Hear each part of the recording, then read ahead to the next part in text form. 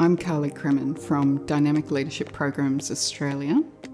Today I'm going to talk to you a little bit about psychosocial hazards and specifically how to bridge the gap between plans and action in terms of managing them.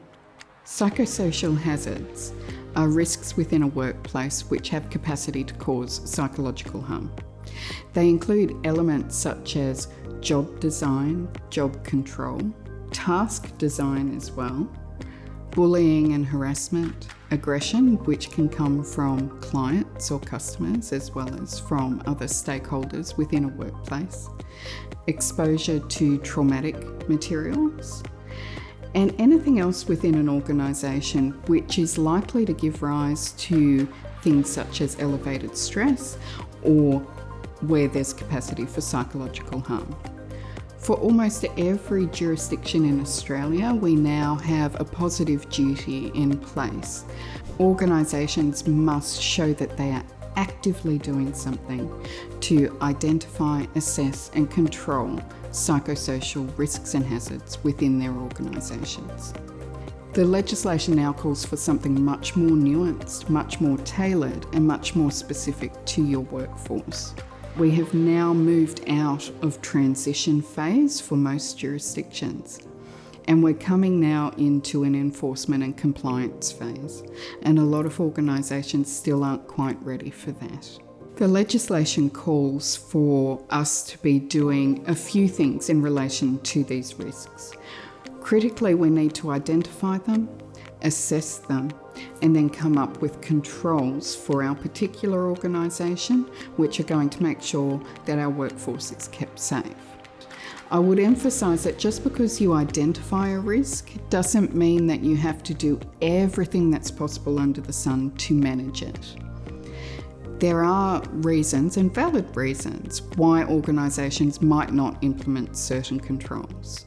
In knowing and fully documenting what the risks are within your workplace, you will be in a better position to come up with creative and effective controls which are going to effectively manage the risks across your organisation.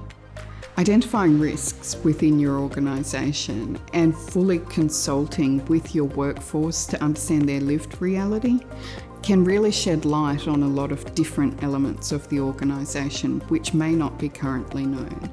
We see a lot of ancillary benefit in doing this and a much better and deeper understanding of your full process map within your organisation.